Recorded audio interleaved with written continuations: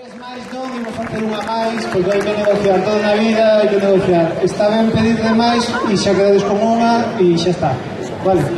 Entón facemos un tema máis, un tema do noso primeiro disco que gravábamos alá polo ano 2000. Quen nos iba a dicir que despois de 25 anos seguiríamos vencellados a esta increíble rede de clubes e de salas que forman parte da nosa vidiña, da nosa vidaza, e que levamos por todo o mundo con moitísimo orgullo.